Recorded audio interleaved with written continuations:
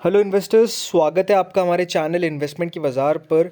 दोस्तों, सबसे important IPO, जी हाँ दोस्तों, एनएसई और जियो का, उसका डीआरएचपी से रिलेटेड एक बहुत बड़ी खबर यहाँ पर आती हुई देखने को मिल रही है। जैसा कि आप यहाँ पर रीड कर सकते हैं, नेक्स्ट वीक में हो सकता है अपने को एनएसई और जियो का डीआरएचपी जो है वो फाइल होता हुआ देखने को मिल जाएगा। ये फर्स्ट प्रोसेस है। डीआरएचपी फाइल होता है, देन आरएचपी फाइल होता है, एंड डेफिनेटली आरएचपी में अपने को डेट्स मालूम पड़ जाती है। तो अब बहुत नज़दीक में दोस्तों आप कह सकते हैं अपने को एनएसई और जियो के आईपीओ आते हुए देखने को मिल रहे हैं। पूरा जो न्यूज़ आर्टिकल है उस पर हम यहाँ पर चर्चा करने वाले हैं। प्लस फिर से आईपीओ मार्केट्स में एक रौनक जो है वो अपने को लौटती हुई देखने को मिल सकती है। सब पर बात करेंगे। बिना किसी तरह की वीडियो को स्टार्ट करते हैं। वीडियो सिर्फ एजुकेशनल पर्पस के लिए है। सोच समझकर सूझबूझ के साथ ही आप निवेश करें, चाहे आईपीओ हो या फिर शेयर बाजार का कोई शेयर हो। तो सबसे पहले अगर आप यहाँ पर देखेंगे तो जियो और एनएसई का आईपीओ अगर आप देखेंगे तो पहले एकदम सोच समझ के आ रहा है। जिस हिसाब से दोस्तों यूएस आईपीओ हाइप अभी जो चलती हुई देखने को मिल रही है, काफ़ी सारी कंपनीज यूएसए में आप कह सकते हैं आईपीओ लाती हुई देखने को मिली है। That's the main reason. जिस हिसाब से यूएस मार्केट्स अभी चलते हुए देखने को मिल रहे हैं, अनडाउटेडली वो एक बहुत बड़ा रीज़न है कि एनएसई और जियो दोनों अपने आईपीओज 2026 के अंदर ही लाना चाहता है। इसके चलते नेक्स्ट वीक डीआरएचपी जो है ये अपने को मोस्ट प्रोबेबली फाइल होता हुआ देखने को मिल जाएगा। एंड जिस हिसाब से अगर आप यहाँ पर आर्टिकल्स पढ़ेंगे तो जिस हिसाब से दोस्तों पहले आईपीओ का जो हाइप था 2025 के अंदर, जो 2026 में आप कह सकते हैं डिप आता हुआ देखने को मिला है, वो कहीं ना कहीं एक रीबाउंड स्टेज में अब आप कह सकते हैं आईपीओ मार्केट को लेकर जाने वाला है।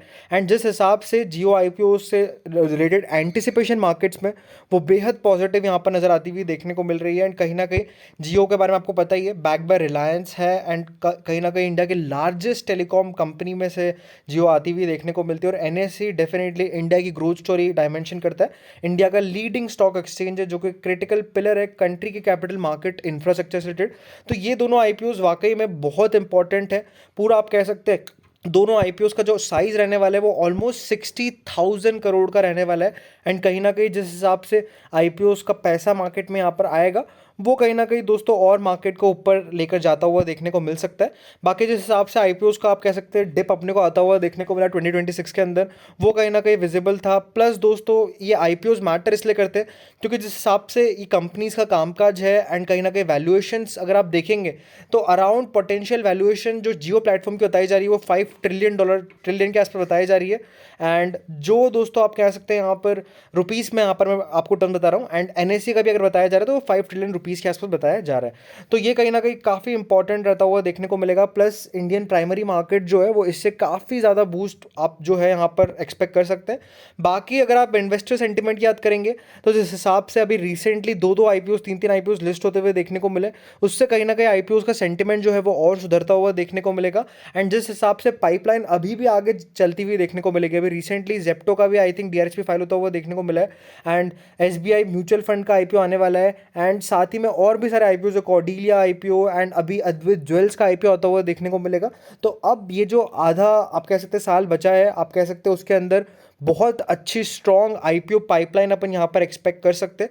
बाकी ग्लोबल टेलविंड्स की अगर अपन बात करेंगे, ग्लोबल मार्केट्स की अगर बात करेंगे, तो ग्लोबल मार्केट से बहुत अच्छी तेज़ी जो है वो एक्सपेक्टेड है। एंड जिस हिसाब से तेज़ी हो भी रही है वहाँ पर, वो भी कहीं ना कहीं इंडिकेट करता है कि अब इंडियन मार्केट्स में जो है वो शिफ्ट जो है वो अपने को क्रिएट होता हुआ देखने को मिल सकता है। बाकी अभी आज हेक्सागन न्यूट्रिशन का आईपीओ लिस्ट हुआ है 7.5% ऊपर। ग्रे मार्केट अनडाउटेडली घट गई थी, बट फिर भी 7.5% के आसपास की लिस्टिंग यहाँ पर देखने को मिली है। करंटली 12% ऊपर ये शेयर ट्रेड कर रहा है। हेक्सागन न्यूट्रिशन के बाद सीएमआर ग्रीन की भी लिस्टिंग काफ़ी बढ़िया होती हुई देखने को मिली थी। तो बस अब कह सकते हैं आईपीओ मार्केट्स का अब जो टाइम है वो पॉजिटिव आता हुआ देखने को मिलेगा। तो ऐसे आईपीओ रिलेटेड अपडेट्स के लिए, शॉर्ट अपडेट्स के लिए, मेरे चैनल को सब्सक्राइब करें। Thank you friends for watching this video.